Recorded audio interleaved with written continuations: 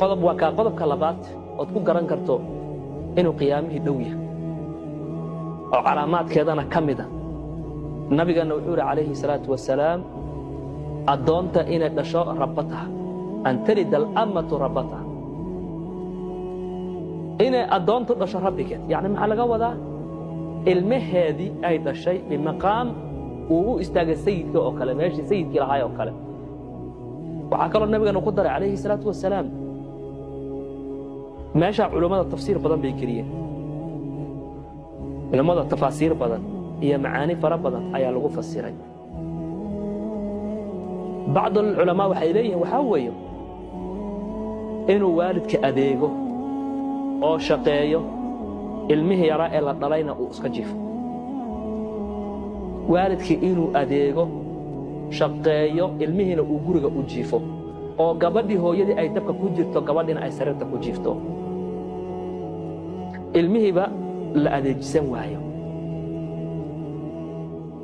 waxyaalaha hadda dhacayana arkaysaan gabdho yar yar hooyooyinkood ku shaqeyn gabdho fiican oo waalidkooda u shaqeeyna way jiraan laakiin qaar waxaa jiraan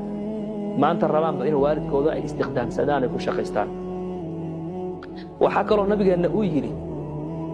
calaamaadka qiyaamaha waxaad ku garanaysaan inaad aragtaan kuwii kabala'aanta ahaa ee qaawanaa ee baadiyaha aryaha ku raaci jiray ijaar qaadan jireen raaciga ahaayeen oo intay magaalada soo galaan yatadaawaluuna fil bunyaan intay magaalada soo galaan guryihii kala dheeraysanay wuu qaawanaan jiray hantiyari wuxuu ka qabo kabala'aan buu ahaa aryuhu raaci ku raaci jiray magaalada intuu imaado isbedelo guryihii dabaqba ka dheer uu dhisto يعني وعلامات كتوسيس إنه قيامه أدون سوسكو بدله أنت مجالات صاغ قالان إني ما أرت أي جروب كدير يكفان تمام قبل بإنت صوب كدير أنت قدر أنت صوب كدير أنت قدر